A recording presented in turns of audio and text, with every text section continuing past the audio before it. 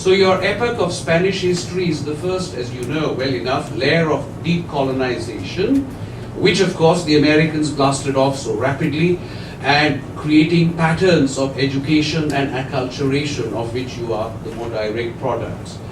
Now, what I wish to say, as I come to my first kind of point, is I haven't actually even, you realize why I never finish lectures. I have nowhere come near to this slide yet. So, I'm just preparing the long bridge from what I'm saying to come to that point. And what I'm saying is, colonialism was enabled by a mindset, by a technology, and by certain geographical configurations. Colonialism continued from Columbus believing mistakenly that you could go westward, sail around the globe, and reach China and India, not knowing, as Europe then was ignorant, of the presence of North and South America and Central America and South America as a giant landmass in the way. Which is why, of course, when people landed in the Caribbean eventually got called the West Indies, and the archipelago, what is now called Indonesia, became known as the East Indies. The mistaken belief that you would reach China and India by going westward led toward the discovery of the New World, in inverted commas, the discovery of the Americas, and of course, because of the intense rivalry of Portuguese and Spanish empires, both in Latin America and elsewhere, saw to it that the Portuguese did the trip round South Africa into the Indian Ocean at the same time that the Spanish looked for the alternative route all the way down South America here.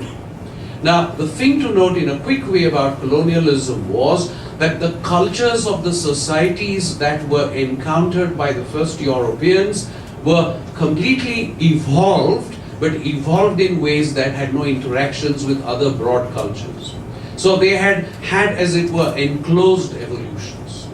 As many books will tell you, certain of the Aztec, Maya, Inca civilizational features were far more advanced than those in Madrid or Lisbon. There were no proper toilets, for example, in Europe. If you ever read British literature, you will be told by no less a person than Boswell, taking down remarks by Samuel Johnson, who visits Edinburgh in the middle of the 18th century.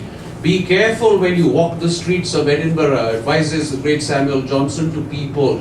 Wear very broad-brimmed hats, because the housewives in Edinburgh throw out their empty chamber pot, their filled chamber pots every morning from the window. And God forbid, but you happen to be walking below without a hat.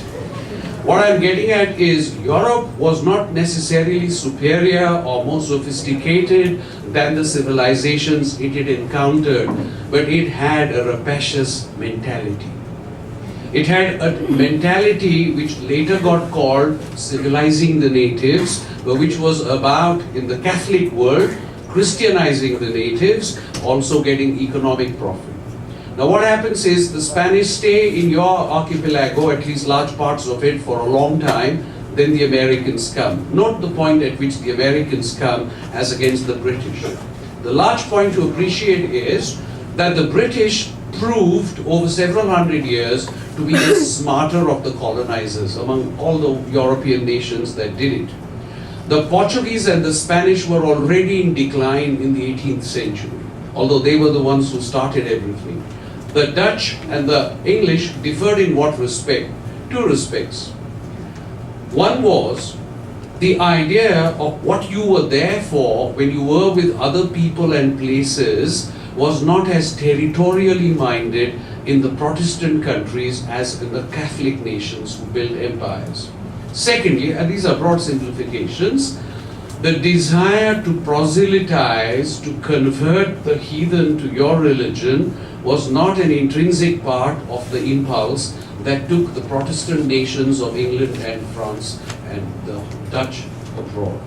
Therefore, take for example all of you. You're all, or at least come from families which are all devoutly Catholic, or most of you.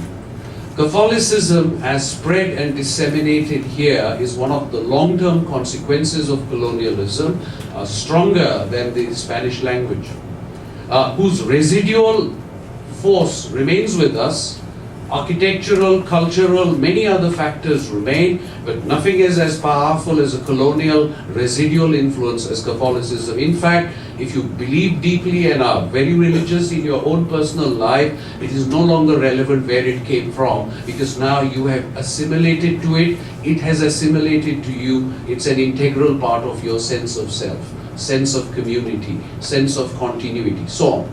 In India, where I come from, I was born, the British were there for about as many 100 years as the Spanish were here, and yet there's not even 0.01% Christians.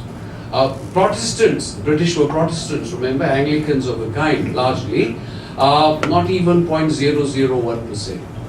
Why? Well, one answer, although when we come to Singapore, Malaysia, the answer will change a little, because the British, when they practiced empire, looked for profit. Here is where, very quickly, I mentioned the second of Crosby's well-known points about colonialism, before we come to post-colonialism. Crosby's point was that whenever Europeans went out exploring, adventuring, trading, territorializing, colonizing, proselytizing, one big difference happened based on climate, weather, crop, food. And that was, Europeans hate hot weather. Europeans hate living permanently in densely populated, humid areas. So, only the men would go, the women would not go, or the women and children would go, and settlement would occur in temperate zones. So look at Argentina, as compared with Brazil. Look at Australia, look at South Africa, look at Canada. Those are what are known as the settlement colonies. Whereas the Philippines, Asia, look at the Philippines. The monks were here. How many women from Spain were here? You would know, looking at the statistics, that it was much more a male presence than a female or a balanced presence. The same applies to India. The same applies to Malaysia, Singapore. The same applies to Africa, except the south. But where the temperate climates are, because Europe was expanding, its population was growing, the great plagues had one by one died down, and there was not enough land in which to live, so expansionism involved families going on one-way trips. Of course, the history of Australia is slightly different.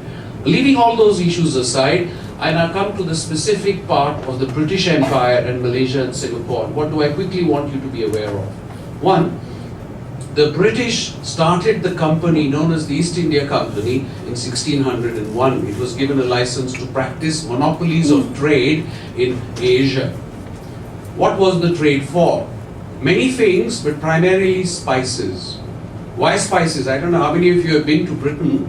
If Britain is notorious for one thing, it is for bad food. Bad food in the sense of it won't kill you. You will grow large, hefty and muscular and quite meaty.